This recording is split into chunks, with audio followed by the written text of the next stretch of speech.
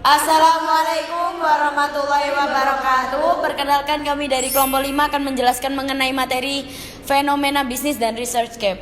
Saya Rani Nurdiansa dengan NIM 133. Saya Dida Sumita dengan NIM 157. Saya Ratna Yulistianingrum dengan NIM 154. Saya Nur Fadila dengan NIM 150.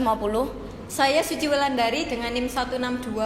Saya Naura Rama Fadila dengan NIM 138. Saya Aurelia Putri Marta dengan NIM 144. Baik, mari kita simak videonya.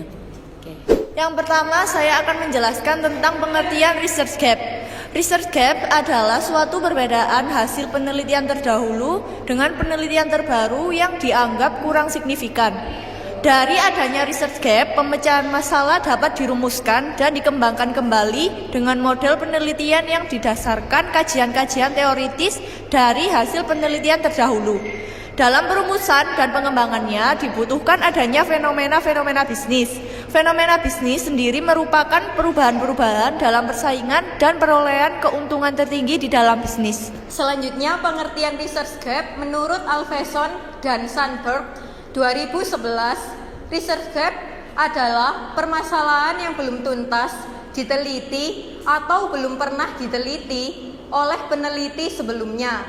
Researchscape dari sebuah penelitian umumnya unik dan menjadikan pembeda antara satu riset dengan riset lainnya. Selanjutnya, penentuan rumusan masalah. Merumuskan masalah merupakan langkah yang paling fundamental. Maksudnya adalah langkah yang bersifat dasar atau mendasar. Rumusan masalah terdiri dari beberapa komponen, dari mengapa hingga bagaimana, dan apa yang akan dibahas.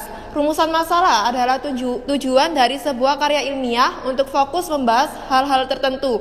Dengan adanya rumusan masalah, maka penulis diharuskan untuk mencari jawaban atas pertanyaan yang diajukan, sehingga pencarian selanjutnya bersifat konklusif atau pasti. Selanjutnya adalah tujuan penelitian bisnis. 1. Pemecahan masalah bisnis untuk memecahkan masalah yang dihadapi dalam kegiatan bisnis. Kedua, pengembangan ilmu pengetahuan bertujuan untuk menguji pengujian penelitian sebelumnya, pengembangan penelitian sebelumnya, dan menemukan teori-teori baru. Selanjutnya, cara menentukan researchscape. 1. Mencari konsep yang luput dari penelitian. Metode pertama yang perlu dilakukan adalah mencari konsep yang mungkin luput dari perhatian peneliti sebelumnya.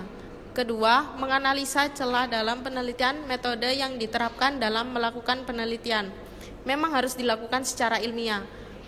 Hal dilakukan untuk menghindari kesalahan dan mendapatkan jawaban yang benar. Selanjutnya yaitu yang ketiga, berpatokan pada hasil riset yang kurang jelas. Hasil sebuah penelitian menggambarkan bagaimana penelitian tersebut diproses. Jika hasilnya kurang jelas, maka peneliti dapat mengambil kesimpulan adanya research gap akibat proses penelitian sebelumnya. Selanjutnya adalah studi kasus. Kita mengambil studi kasus yang berjudul analisis pengaruh CAR, NIM, LDR, NPL, dan BOPO terhadap profitabilitas studi pada bank umum yang go publik di Bursa Efek Indonesia periode 2002 hingga 2010. Studi ini menggunakan metode researchscape yang berarti membutuhkan data-data penelitian terdahulu. Kelemahannya adalah karena faktor waktu, di mana perekonomian Indonesia sedang mengalami overheating pada tahun 1995 hingga 1996 dan krisis ekonomi pada tahun 1997 hingga 1999. Hasil penelitian tersebut kurang signifikan, sehingga perlu dilakukan penelitian lanjutan yang meneliti permasalahan faktor-faktor yang memengaruhi ROA.